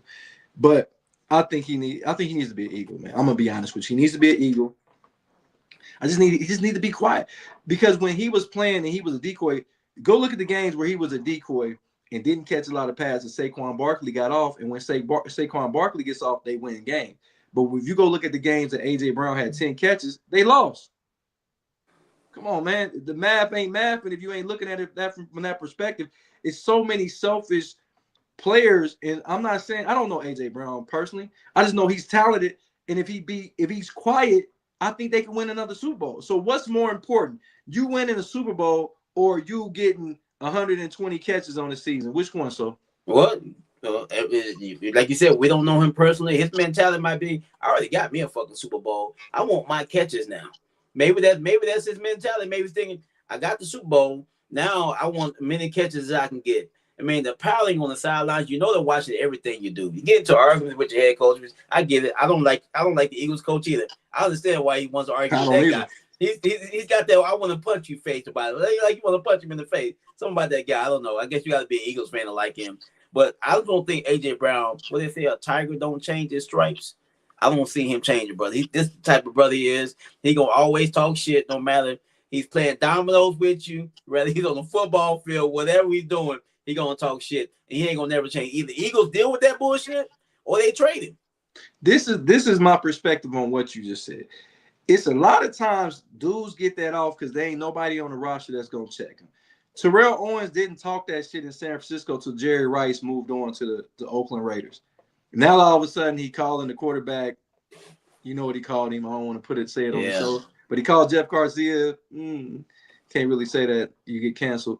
But he called Jeff Garcia that he was causing all kind of problems in the locker room. When he went to Philadelphia, was nobody checking him there because he beat up Hugh Douglas. You beat up a defensive end and you a wide receiver. And then he got into it with Donovan McNabb, and McNabb wasn't able to check him, so he was able to do what he want. You get receivers, and once they get that momentum and nobody's there to stop them, they become a nuisance, and that's where AJ Brown has become. Look at Antonio Brown. Antonio Brown was not a cancer to that locker room until he started being the great Antonio Brown. when he starting and he went on that 6-year span with Ben Roethlisberger. Mm-hmm. He wasn't a problem in the locker room until then. Remember, he wasn't really a true problem in the locker room until like 3rd year into that. And AJ Brown was not a problem when he first got to the Eagles. He was happy to be there. Remember, him and Jalen Hurts are supposed to be best friends. Yep. Is that how you treat your best friend? Apparently so, brother. He's stabbing him in the back like crazy. And if all reports are true, we don't know exactly what's been said with those rumors. We haven't actually heard him talk shit about Jalen Hurts, but the allegations are definitely there. I don't know if they're true or not, but he's been talking a lot of shit about my guy. And like you said, Jalen Hurts don't say nothing. He don't say shit. Now, he didn't say. Now, mind you, AJ Brown dropped 2 or 3 passes in that playoff game against the 49ers, but they don't talk about that. They hit him right in the damn hands. They might have been ugly ducks, but they stayed in your hand. You dropped them. So I'm gonna go back on a limb. This don't sound like it's a football problem. This sounds like it's a problem. AJ wanted a chick and she liked Jalen Hurts. Y'all can laugh. Jalen Hurts don't have to say shit, and women gonna throw their panties at this dude. But he's a very committed guy in his relationship. He's so committed. They were showing when he's in interviews with women, he don't touch them. He puts his hand to his side, or he puts his hands where they can be seen, because he respects. So he's scared of his wife, is what you're saying. It ain't about being scared. I think it's a respect. I'm just level. talking shit. I'll be doing the same thing. You know what I'm saying? It's a respect level. Y'all, you didn't see? I think it was during Super Bowl week where ASAP Rocky. No, it was 21 Savage was with one of the Jenners, one of the Kardashian sisters. Okay. And he stood all the way because he was with Lotto. He didn't want them problems. He didn't want no smoke from Lotto. I don't want them later on. Y'all don't know my life. You don't want them problems I get on tonight. I don't blame him. If you got somebody look like her, I'll stand on the moon and make sure I don't see no other shit. But no, I think in all seriousness, for the Eagles, because their window is closing, not rapidly, but the window is kind of sliding down just a little bit. And the reason why I say that, you got Saquon Barkley. How many years you're going to get of explosive football to Saquon Barkley? Which you got 1 or 2 where he could be potentially the best. Running backs start to lose luster. They, start getting nagging injuries. Saquon Barkley it looked like he was playing for the Giants last year. He did not have an explosive year like he had the year before when he had 2,000 yards. You got Devontae Smith. At some point in time, Devontae Smith ain't going to keep being disrespected. He going to want out at Philadelphia as well. You know what I'm saying? Then you got Jalen Hurts, who now all of a sudden everybody hates him. Everybody hates Chris? Like, what the fuck? And in that defense, you keep putting interchangeable parts. They're going to need some stability on their defense, because every time they look up and they can't get a pass rusher, then they go get all these extra pass rushers on 1-year contracts like they did with Jalen Phillips, and they don't really have that solidified edge rusher. So at what point in time, how much longer can the Philadelphia Eagles keep this core of players together and still be have an opportunity to go back to the Super Bowl or actually win it? And A.J. Brown needs to understand that you don't have that many years left if you really want to win. And you already got paid. Now, if he wouldn't have got paid, so I would have been like, okay, I see what you're saying. He's already been paid. He's a top 10 on the board, and you're not going to be the number. You're not Jamar Chase. You're not Justin Jefferson. You're not Jackson Smith and Jigma. You're good, but you're not those guys. Not only that, Jody, and also got to factor in this, another year, another offensive coordinator for the Eagles. They got a new offensive coordinator breaking in this year too, so that'd be another thing to throw a monkey wrench in this whole thing. I say I say trade AJ Brown, man. Get what you can for him. They've already picked up 2. They traded for a wide receiver. They traded for one of the 50,000 wide receivers that the Green Bay Packers have. I think his name is Wicks. Sweet. They picked him up, and they picked up Hollywood Brown in free agency. And there's rumors they might draft another wide receiver. They're setting this up. I think they're setting this up to let AJ Brown walk, and it's running the offense around the running game and the other wide receiver from Alabama being their number 1. Nah, I don't like it. AJ Brown should be an Eagle. AJ Brown, just listen to me, man. I'm a little older than you. Just shut the fuck up. Like, it could. What did a great Wu-Tang Clan say? Oh, it could be all so simple. Well, Jody, what did the great Dave Chappelle say when he was playing Rick James? He said, "You should never give these niggas money." You give these niggas money, all of a sudden they don't know how to act. I don't know. I mean, they got it. If AJ Brown, I'm gonna put it like this, and I'm gonna put it on wax. If AJ Brown is traded from the Eagles don't have a chance to win Super Bowl. I think their window would close. They might even win the division if they trade AJ Brown. They might be on the dumps. And matter of fact, since we brought up the NFC East, This is another wide receiver. Will George Pickens hold out? Now we know he's playing under this year he's been franchised. Will he He hasn't play signed it out? yet. He hasn't signed it yet. That's what I'm saying. Do you think he holds out? Well, you know, he has the same agent as Michael Parsons. And you know, Jerry Jones and Michael Parsons' agent had beef last year because he was trying to do deals behind his back and not involve the agent and stuff like that. So I'm pretty sure the relationship is not there with George Pickens also. I think it would be smart for George Pickens to come back to Dallas and play under the franchise tag. He needs some more goodwill. I know he played well last year, but he needs some more to show another year what he can really do if he can get that big payday. So if I'm him, I would sign the franchise tag with Dallas, ball out, then go get paid afterwards. You know what? So I think this is the first time you're gonna hear I'm on George Pickens' side. I think he holds out, and I'm gonna tell you why he needs to hold out. We have seen where the great Victor Cruz went on the Breakfast Club, I think like 10 years ago. I think it was like 2015, 14. He went on there and told them the politics that goes on. Victor Cruz is looking for another contract with the Giants. He wasn't hurt. He didn't have any injuries. He still was playing giving great productivity out there on the field. And when they knew he was up for a contract, they didn't play him. And his numbers was cut in half. That's remember he ended up going to the Bears. And when he went to the Bears, they lowballed him because they're like, hey, they thought he couldn't play no more because they didn't throw him the ball. And this could be a classic case, especially when you have a receiver as talented on the other side as CeeDee Lamb, who's already got paid. I don't think they want to pay two wide receivers majority of their offensive salary like the Bengals have done. Now the Bengals don't have no fucking defense at all. So my thing is, why would you go out there and let this guy catch 100 passes when you know if he balls out, you gotta pay him?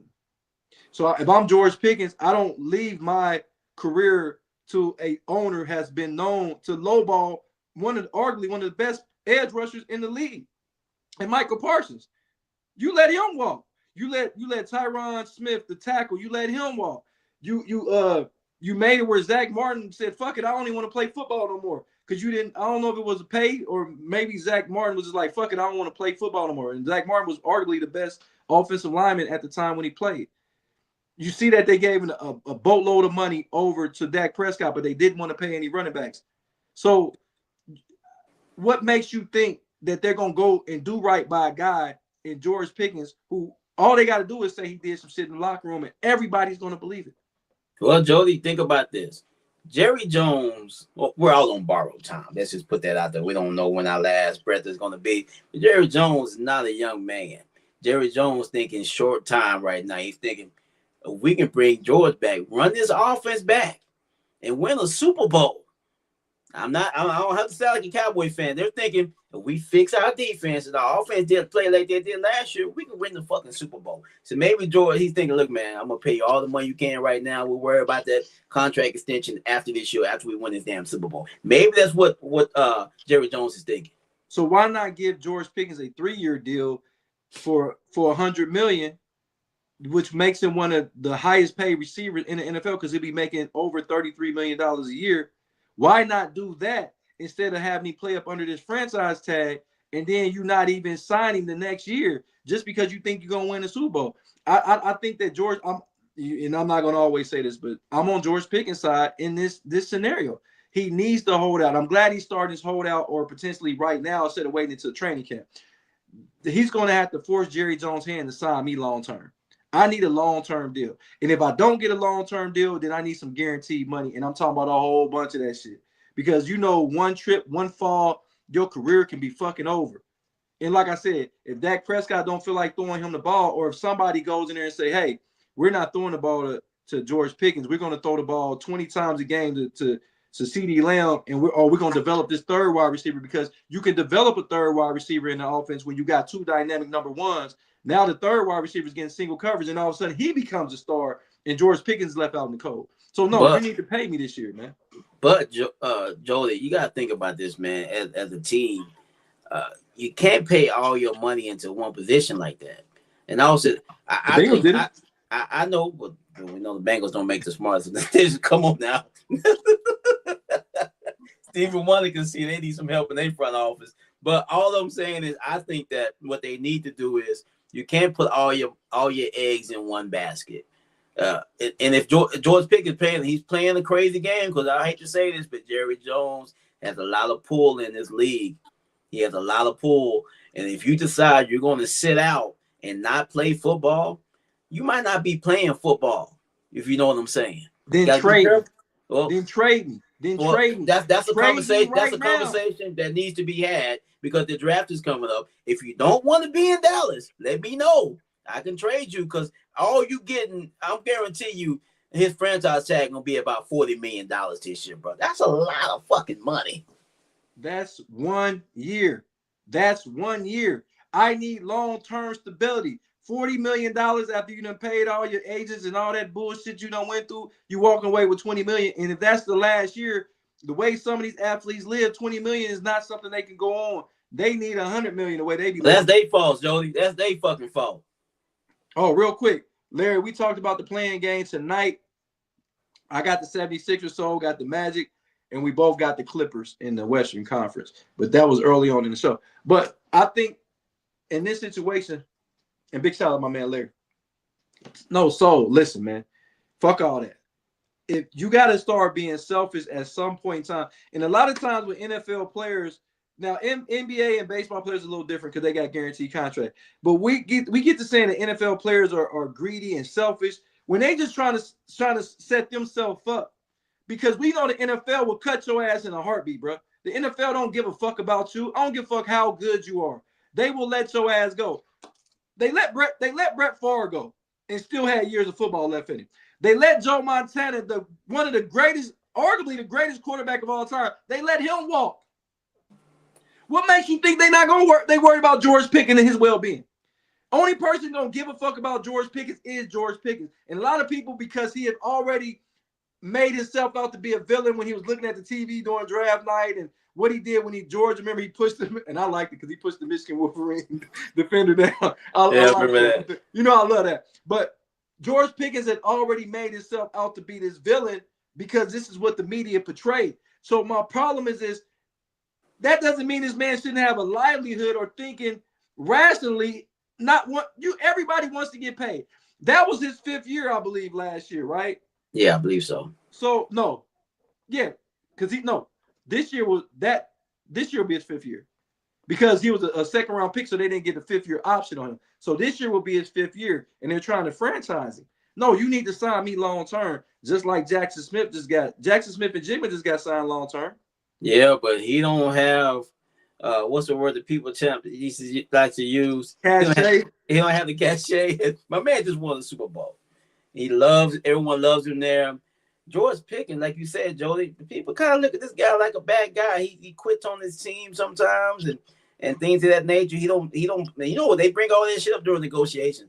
Yeah, I remember you in Pittsburgh and you were supposed to be blocking that corner. You didn't block it. You damn running back almost got hurt because they bring all that type of shit up, man. It's like this past season, when I remember when CeeDee Lamb was hurt, George Pickens, it's your time to shine. George Pickens out there jogging on routes. They got tape, brother. Jody. So Randy Moss jogged on routes. Jody, you know how the NFL get down, dog. You know that's how they play them dirty games. They will bring all that stuff up. Bro, you got to bring it every single moment. If you want to be a number one, get paid like a number one, you got to show me that every single play. And he didn't do that. Am I right? I get what you're saying, but you don't have to pay him like you pay CeeDee Lamb. Yeah. That's why I said that you gave him a 3-year deal for about $100 million. I think he'll be satisfied. And then you can really, let's say you do it like a deal like the quarterback deals you do with Sam Darnold, where if he doesn't perform in that last year, you don't have to re-sign him. I think George Pickens needs to go out there and have some relaxation out there because, once again, it's going to be more blow-ups on the sidelines if he don't get the ball in a contract year. Why do you think he wants to get paid? You're going to see more crash outs on the sideline. If he's open, he's not going to be shy. He's going to tell Dak Prescott he was fucking open. But that's not going to help your situation either. Bro, you're playing a crazy game in the NFL. You got to be a company man if you're going to play in the NFL because you start doing things that they don't like, they'll blackball your ass. And that's why he needs to get paid right now. I don't understand an organization that makes the amount of money that the NFL does while these guys are begging to get paid, because the reason you get paid, NFL, is because you got great players on the fucking field. George Pickens put butts in the seats with the Dallas Cowboys. Pay that motherfucker. He went out here, had 93 catches, over 1,400, almost 1,500 yards, and almost 10 touchdowns. That is a fantastic season. Fantastic. Pay that motherfucker like you pay everybody else, man. Salary cap, Jody. Salary cap. You can't pay everybody. Yes, big you dollars, can. no, you can't. You can't do that. Man, Philadelphia paying everybody. Philly's smarter than everybody else, too. No, they not. Philadelphia, Philadelphia, both of their wide receivers, Devontae Smith and A.J. Brown, are both in the top 10 in most money made. They got a quarterback that makes – Jalen Hurts makes a whole hell of a lot of money. If you look at the defense side, all those guys make good money. The Bengals have done it. Their quarterback make a ton of money. And Jamar Chase now is the third highest paid receiver in the league. Or is he second still? He's second. Yeah, because who makes more, Justin Jefferson or Jamar Chase? I think Justin Jefferson does. So, yeah, one of them. Not by much, though. Top 3. And both of those receivers are in the top 10, being T. Higgins as well. So, fuck all that, man. Pay me. Listen, I'm not playing another fucking down for you. Trade me. Either trade me or pay me. Well, they need to say that if that's what they want. If he's saying give me a contract extension or trade me, he needs to say that. If I'm Dallas, that's what I'll be talking to him about. You want to be here or not? Because right now, all I got on the table is the franchise tag. You take this, or we just sign and trade you. Which one you want? See, so that's that slave shit, man. That's that slave. I don't remember no slaves getting paid $40 million a year. You know what I mean? I know what you mean. I think it's bullshit that you sit up here and give these guys ultimatums. You wasn't giving a motherfucker like Tom Brady an ultimatum. No, right. And I know Tom Brady is the greatest or arguably the greatest of all time. But what I'm saying is, why do y'all put these particular guys out there where you don't give them a contract? Get this man a contract. And then okay, let's say he go out there and ball out. Dallas to try to franchise his ass again. Yeah. Well, that's NFL for you though. NBA, when you're a free agent, you're a free agent. I'll put it like they can't put no when my contract say 4 years. After 4 years, I can do the fuck I want. I can have my LeBron James moment, take my talent to South Beach. NFL, you can't do that shit. Well, I tell you what, and this is because we're gonna get up out of here, and this is my last thought on this. NFL players, if you're listening on Against the Grain Sports, and I'm hoping we a household name or becoming that for you guys. If you don't play under the franchise tag, I understand y'all want to bet on yourself, but it's been so many people that bet on themselves and lost not because you didn't perform well, but the injuries. We know NFL, there is a high chance that you can get injured on every play, or even in practice, or even very true. That's very true. Stop playing under these franchise tags, because the only ones benefiting off of this is the organization. Because the organization, if you do get hurt or you don't play under the franchise tag, they get all that money back, and then they can go sign somebody else that's your replacement. Don't play under these franchise tags, man. Make these organizations pay y'all, man. So you don't believe in betting on yourself, Joe? You don't believe in that? I do, but I'm not about to gamble with my career when y'all really have the control. If you're on defense and you say, hey, I'm a gamble, I'll play middle linebacker, nobody's going to tell you how many times you can make a tackle. But then again, the coach might only play you on 2 downs, not even make you a 3rd down linebacker. Now people like, why would I pay this 2-down linebacker this amount of money? It's a lot of dirty games that we need to talk about. There's a lot of dirty games that's played when free agency come around. So now you find out that this linebacker, so I thought you was a 3-down linebacker. You only a 2-down. They would take you out on 3rd down. The reason why they took you out on 3rd down is all about politics. And if you're not on a good team, shit, when you get to week 12, they're going to be resting you because they want to play their young players. Come on, bro. You're not about to play with my life. And if you're a receiver and I don't get a quarterback throwing me the ball, and this is my year to get paid, bruh, I'm not gonna get paid because people gonna think I can't play football no more because I didn't catch the ball. And let alone running back, they'll cut your carries in a fucking heartbeat. The only position I will bet on myself is quarterback. Oh, I can go with that. But Joey, do you think somebody would give up 2 first-round picks for George Pickens? No. That's kind of steep, bro. No, but they don't have to give up 2 first-round picks for him because he hasn't signed his franchise deal. Only time you got to give up multiple picks is if the guy is franchise. He has not signed the deal. So you can trade him for whatever the market value is. Well, you can't if he ain't signed his franchise tag, I mean Dallas can't trade him. I mean, he's just a free agent then, right? Do they have the rights? They still have the right. I don't want to sound like slavery again, but do they have the rights to see? There you go down there in Texas and shit. I know, right? Hey, do they have the rights? Do they have ownership of George Pickens? You know, so how does that work? To be honest, I don't know. That's something I got to get more educated on. But I know for a fact that if he doesn't sign a franchise deal, you don't have to give up multiple picks. And also, if he was in a transitional tag that which they tried to put Michael Vick under, remember? I mean, not Michael Vick, Lamar Jackson over. Remember, they tried. That's when you got to give up multiple first-round picks too if you get the transitional tag. The point of the matter is, if I'm George Pickens, no bullshit. Now, I don't want him to pull a Brandon Ayuk. And remember, Brandon Ayuk didn't play and he held out. And then when he did come back, he got hurt. I don't want to see that either. But Brandon Ayuk got paid though. Yeah, he did. He got paid. And I think that we need to stop gambling with. We know that football is a violent sport, and we know that injuries are going to happen.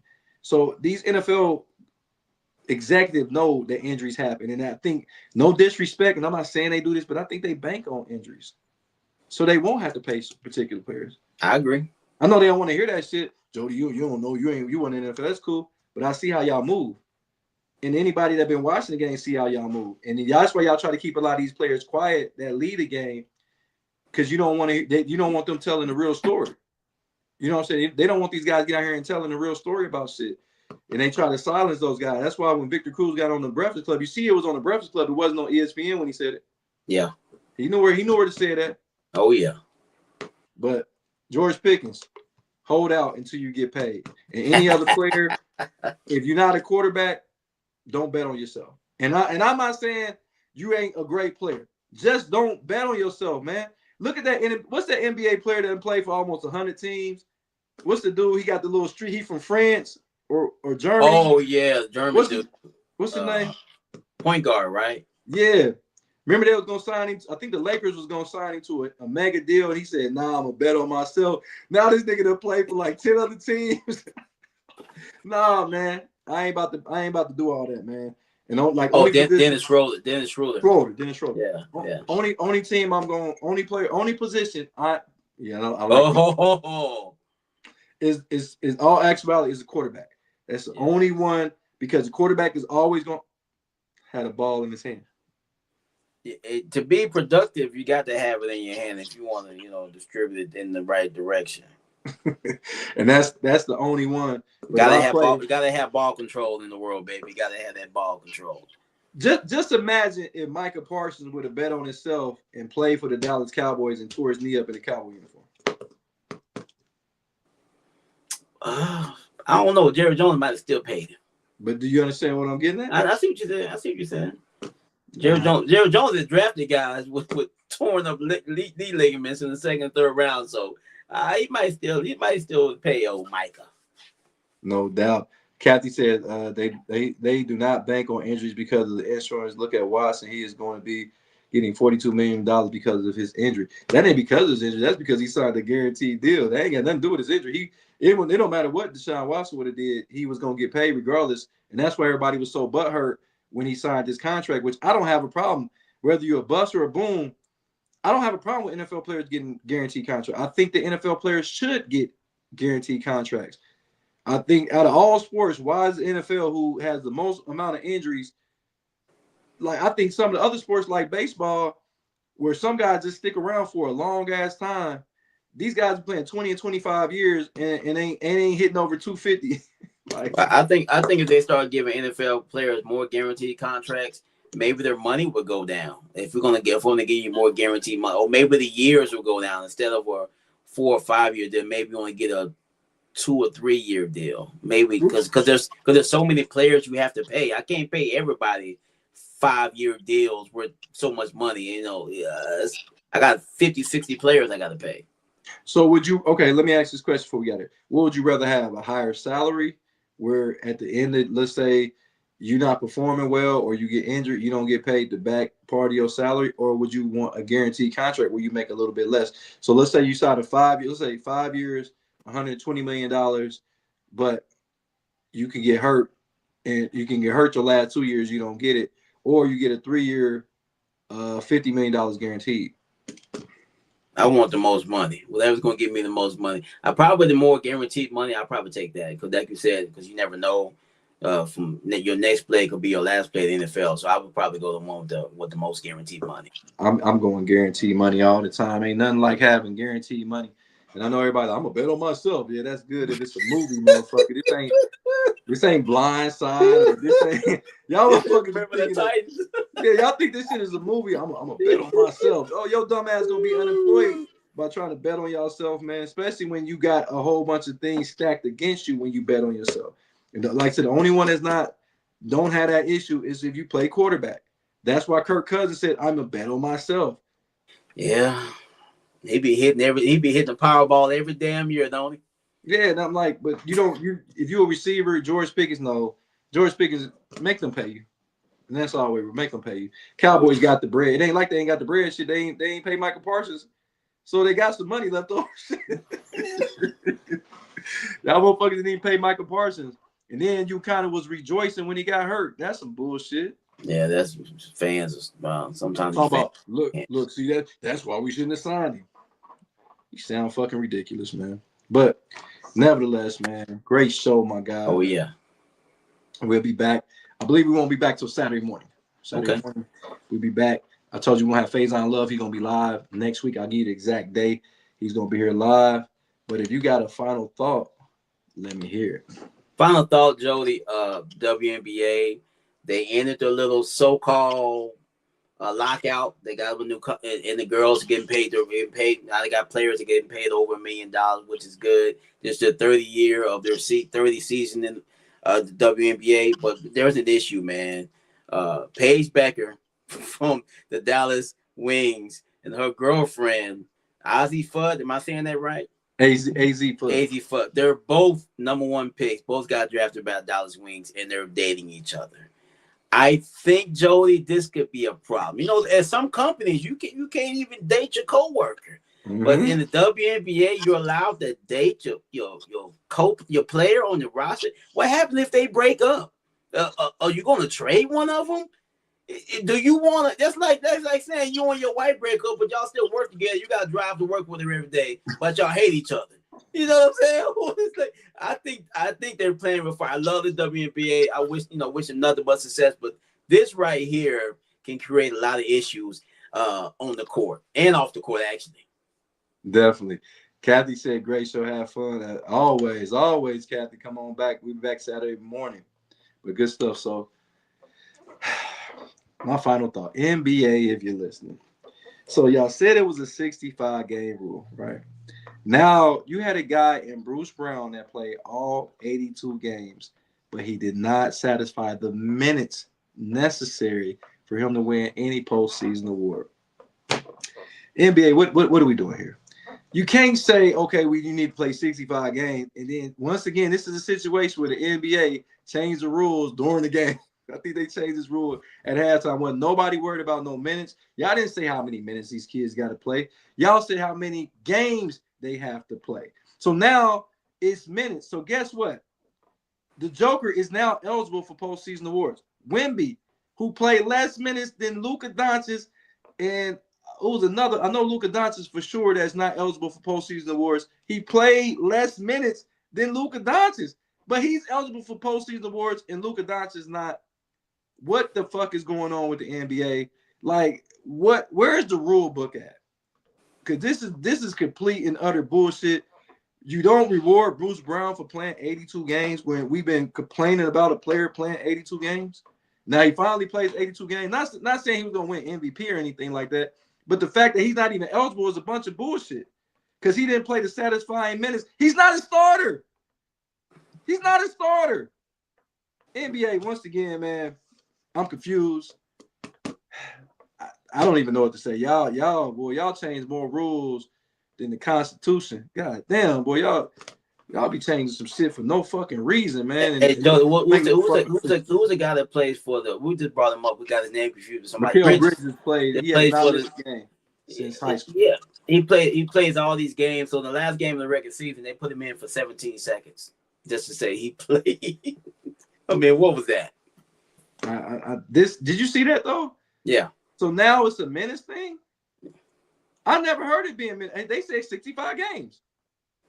Bro, you know I heard Wemby talking about this shit like last week, saying this should be minutes. I'm telling you, man, he got them NBA player. Wemby might be changing, might be changing the rules. So this is why I say it's bullshit. What if you got a team that playing multiple overtime games?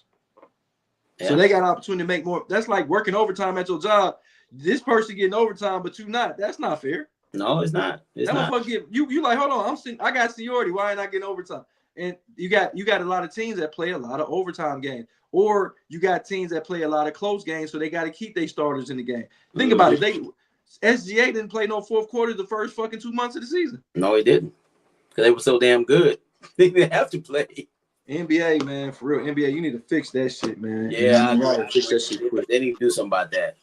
Now I need to go look at that rule book. Where is the rule book for the NBA? Because I have They write it in invisible ink. So you write it down, and then 30 seconds later, it's gone. I told you they be changing the rule at halftime, man. But great show today, man. I'm your host, Jody Coleman of Against the Grain Sports, man. We're here joined with my man Jarrell Solon Sports Glenn, all the way from San Antonio, Texas. Michael, the People's Champ, in his absence. Ray, more than just a barber in his absence. Andrew, mic'd up. Jason, the Happy Lefty. Donald, the voice of the youth.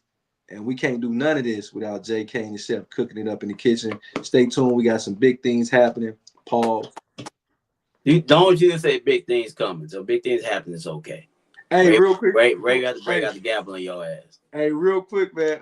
So today, I'm going to tell y'all this story. So today I went to Subway.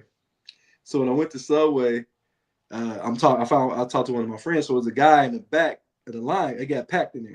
And the guy was like, "Hey, what's going on, fellas? I know y'all getting the double meat." I said, "Hey," we looked at each other like, he's like, "Man, he said, I don't get nothing but meat on my sandwich." I said, "Yeah, I'm a hurry up and get my sandwich." Hey, Joe, the dude was standing behind you, huh? Talking about double meat. Hey, double pause. I was like, give me the double pause. Hey, you know they say, man, it's sad. You can't even eat a goddamn hot dog without your ass being gay nowadays. That's just the world we live in. Hey, I'm dead. The dude said he said it like 2 or 3 times, like he was trying to get our attention. He's trying to get y'all ass out the line so he can't get a damn double meat. Y'all holding up the line. He said, "Hey, put the double meat on there." I said, "All right, I'm out." So, man, what we doing till Saturday, man? We working, baby. Hey, see y'all Saturday. Peace.